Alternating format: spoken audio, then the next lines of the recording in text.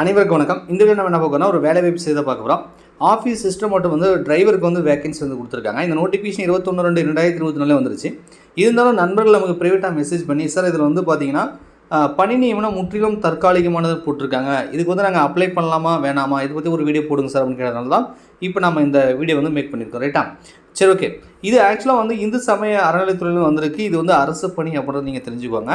சில போஸ்ட் வந்து பார்த்தீங்கன்னா பணி நியமனம் செய்யும் போதே நிரந்தர பணியாக நம்ம கொடுப்பாங்க. ஒரு சில போஸ்ட் பார்த்தீங்கன்னா இது மாதிரி டெம்பரரி போஸ்ட்னு சொல்லி ஃபில் பண்ணிவிட்டு சில காலங்கள் சில ஆண்டுகள் கழித்து அதுக்கப்புறம் பார்த்தீங்கன்னா நிரந்தரம் பண்ணுவாங்க. ஸோ இந்த பணியும் அந்த மாதிரி தான். முற்றிலும் தற்காலிகமானதுன்னா 1 வருஷம் 6 மாதம் ஒர்க் பண்ணுறதில்ல. இது வந்து நீங்கள் ரிட்டையர்டு ஏஜ் வரைக்குமே நீங்கள் வந்து டெம்பரரி போஸ்ட்டாகவே ஒர்க் பண்ணுற மாதிரி இருக்கும். ரைட்டா? ஆனால் அந்த மாதிரி பண்ண மாட்டாங்க. ஒரு குறிப்பிட்ட இயர்ஸுக்கு அப்புறம் பார்த்தீங்கன்னா உங்களை வந்து பர்மனெண்ட் பண்ணிவிடுவாங்க. ரைட்டா? ஸோ அதனால் நீங்கள் வந்து இதை பற்றி இந்த வார்த்தையை பார்த்து நீங்கள் வந்து அப்ளை பண்ணாமல் இருக்க வேண்டாம். நீங்கள் தாராளமாக அப்ளை பண்ணலாம். சில சலுகைகள் நிரந்தர பணிக்கும் டெம்பரரி போஸ்ட்டும் போது சில சலுகைகள் மட்டும் உங்களுக்கு கிடைக்காமல் இருக்கும் அந்த குறிப்பிட்ட வருடங்கள். அப்புறம் பர்மனெண்ட் பண்ணாங்கன்னா அதுக்கப்புறம் மற்ற எல்லா சலுகையுமே உங்களுக்கு வந்து கிடைச்சிடும். ஸோ அதனால் ஒரி பண்ணிக்க வேண்டாம். அதுக்காக தான் நான் இந்த வீடியோவை மேக் பண்ணேன். சரி, சுருக்கமாக என்னெல்லாம் டீட்டெயில் கொடுத்துருக்கான்னு பார்த்துக்கலாம். ஓட்டுநர் வந்து பார்த்தீங்கன்னா ஒரு வேகன்சி இருக்குது. 19,500 52,000 வரைக்கும் லெவல் 8 வந்து சம்பளம் கிடைக்கும். 8ஆம் வகுப்பு தேர்ச்சி பெற்றிருக்கணும். நீங்கள் டிரைவிங் லைசன்ஸ் வித் பேட்ச் இருக்கணுன்றாங்க. நல்ல உடல் தகுதியோடு இருக்கணுன்றாங்க. அலுவலக உதவியாளர் 4 வேகன்சி கொடுத்துருக்காங்க. 15,700 முதல் 50,000 சம்பளம் கிடைக்கும். 8ஆம் வகுப்பு பாஸ் பண்ணியிருந்தால் போதுமானது அப்படின்னு சொல்கிறாங்க. இந்த டிரைவர் ஜாப் ஒரு வேகன்சி இருக்குல்ல, இது வந்து ஆதிதிராவிடர் அருந்ததி ஆதரவற்ற விதைகள் மட்டும் தான் பண்ண முடியும். மற்ற கேட்டகரி யாருமே அப்ளை பண்ண முடியாது. இதே ஆஃபீஸ் சிஸ்டம்னு பார்த்தீங்கன்னா 4 வேகன்சி இருக்குல்ல, இந்த 4 வேகன்சி யாருக்கு ஒதுக்கியிருக்காங்க அப்படின்றத கொடுத்துருக்காங்க.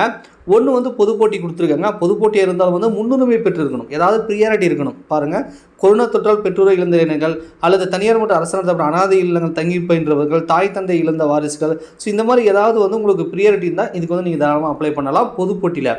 இதே நீங்கள் வந்து பார்த்தீங்கன்னா ஆதிதிராவிட அருந்ததி ஆதரவற்ற விதவை அதில் ஒன்று வந்து கொடுத்துருக்காங்க. இன்னொன்று எம்பிசி டிஎன்சிக்கு ஃபஸ்ட் கிராஜுவேட் முதல் தலைமுறை பட்டதாரியாக இருந்தீங்கன்னா நீங்கள் வந்து எம்பிசி டிஎன்சியில் வந்து அப்ளை பண்ணலாம். ஸோ அடுத்து வந்து பார்த்தீங்க அப்படின்னா பிசியில் பின்தங்கிய வகுப்பினர் பிற்படுத்த வகுப்பினர் அப்படின்னு சொல்கிறாங்க. இதில் பிசி பண்ணுறவங்க முஸ்லீம் இல்லாத இருக்கிறவங்க முஸ்லீம் வந்து அப்ளை பண்ண முடியாது. ஏன்னா இந்துக்கள் மட்டும்தான் இந்து சமயத்து அறநிலையத்துறையில் அப்ளை பண்ண முடியாது. அதை தெரிஞ்சுக்கோங்க. பிஎஸ்டிஎம் வச்சுருக்கவங்க பிசியில் வந்து அப்ளை பண்ணலாம்னு சொல்லி இந்த 4 வேகன்சி சொல்லியிருக்காங்க. இது வந்து ஓகே.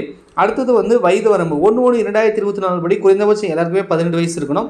மேக்ஸிமம் பார்த்தீங்கன்னா SC ST SCக்கு 37, ஜென்ரலுக்கு 32, எம்பிசி டிஎன்சிக்கு 34, பிசிக்கு வந்து 34 வயசு இருக்கலாம்ன்றாங்க. ஸோ இந்து சமயத்தை சார்ந்தவர்கள் மட்டும்தான் இதுக்கு அப்ளை பண்ணணும். 20/3/2024 இன்னும் டைம் இருக்குது. ஸோ அதுக்குள்ளே நீங்கள் அப்ளை பண்ணிவிடுங்க. எப்படி அப்ளை பண்ணுறது அப்படின்னா கீழ்காணும் ஆவணங்கள் நகல்கள் சான்றிட்டு, அதாவது நகல்கள் சான்றுனா செல்ஃப் அட்டஸ்ட் நீங்களே கையெழுத்து போடணுமா. புகைப்படத்துடன் சுய விலாசம் மட்ட 25 தபால் தலை ஒட்டிய உரை ஒன்றுடன் கீழ்கண்ட முகவரி உரிய விண்ணப்பத்தினை பூர்த்தி செய்து விண்ணப்பிக்க வேண்டும். இருப்பிட முகவரி, அஞ்சல் குறியீடு எண், கைபேசி நகற்று தெளிவாகவும் அலுவலக உதவியாளர் பதவிக்கு விண்ணப்பம் செய்வர். விண்ணப்ப உரையில் அந்த மேலே வந்து போஸ்ட் கவரில் அலுவலக உதவியாளர் பணியிடம் அப்படின்னும், ஓட்டுநருக்கு பண்ணுறீங்கன்னா நீங்கள் ஓட்டுநர் பணியிடம் அப்படின்னு வந்து தெளிவாக வந்து குறிப்பிடணும் அப்படின்னு சொல்கிறாங்க. அந்த லாஸ்ட் டேட்டுக்குள்ளே அப்ளிகேஷன் வந்து போய் சேரணுன்றாங்க. என்னென்னா வந்து இது கூட அட்டாச் பண்ணி அனுப்புகிறோம் அப்படின்னா விண்ணப்பதாரர் பெயர் மற்றும் முகவரிக்கு வந்து இருக்கணும் அப்படின்றாங்க. 8ஆம் வகுப்பு தேர்ச்சி பெற்றதற்கான அல்லது பெறாததற்கான கல்வி சான்றிதழ்னு சொல்கிறாங்க. டிரைவருக்கு மட்டும் டிரைவிங் லைசன்ஸ் அந்த இது வந்து நீங்கள் ஜெராக்ஸ் வந்து அட்டாச் பண்ணணும். பள்ளி மாற்று சான்றிதழ் அதாவது டிசி வந்து ஜெராக்ஸ் அட்டாச் பண்ணணும். ஜாதி சான்றிதழ், தூத்துக்குடி வேலைவாய்ப்பு வந்து பதிவு செய்த பதிவு எண், நீங்கள் எம்ப்ளாய்மெண்ட் ஆஃபீஸில் பதிவு பண்ணிங்கன்னா அதுக்கான நம்பர், அப்புறம் வந்து குடும்ப அட்டை, ரேஷன் கார்டு, இன சுழற்சி முறைக்கு உரிய சான்றிதழ், கம்யூனிட்டி சர்டிஃபிகேட், ஜாதி சான்றிதழ், இதர தகுதி ஏதாவது இருந்தால் நீங்கள் அதுக்கான சான்றிதழ் வந்து சுய விலாசம் மட்டும் 25 ரூபாய்க்கான ஸ்டாம்ப் ஒட்டி நீங்கள் ஒரு உரை வந்து இது அட்டாச் பண்ணி நீங்கள் வந்து அனுப்பணும் அப்படின்றாங்க. விண்ணப்பப்படுத்தினே உதவி ஆணையர் அலுவலக விளம்பர பலகை மற்றும் டெவலப் பண்ணிக்கலான்றாங்க. நான் ஆக்சுவலாக டிஸ்கிரிப்ஷனில் இந்த பிடிஎஃப் கொடுக்குறேன். நீங்கள் இதுலேயே பார்த்தீங்கன்னா அப்ளிகேஷன் ஃபார்ம் கொடுத்துருக்காங்க. நீங்கள் டெவலப் பண்ணி நீங்கள் வந்து ஃபில் பண்ணி அனுப்பிடுங்க. ஓகேவா? அனுப்ப வேண்டிய முகவரி உதவி ஆணையர் இந்து சமய அறநிலையத்துறை, அழகேசபுரம் மெயின் ரோடு, தூத்துக்குடி 628001 சொல்லி வந்து கொடுத்துருக்காங்க. ரைட்டா? ஸோ இதுதான் அப்ளிகேஷன் ஃபார்மு. இதுதான் நீங்கள் வந்து ஃபில் பண்ணி தேவையான டாக்குமெண்ட்டை அட்டாச் பண்ணி நீங்கள் அனுப்பணும்.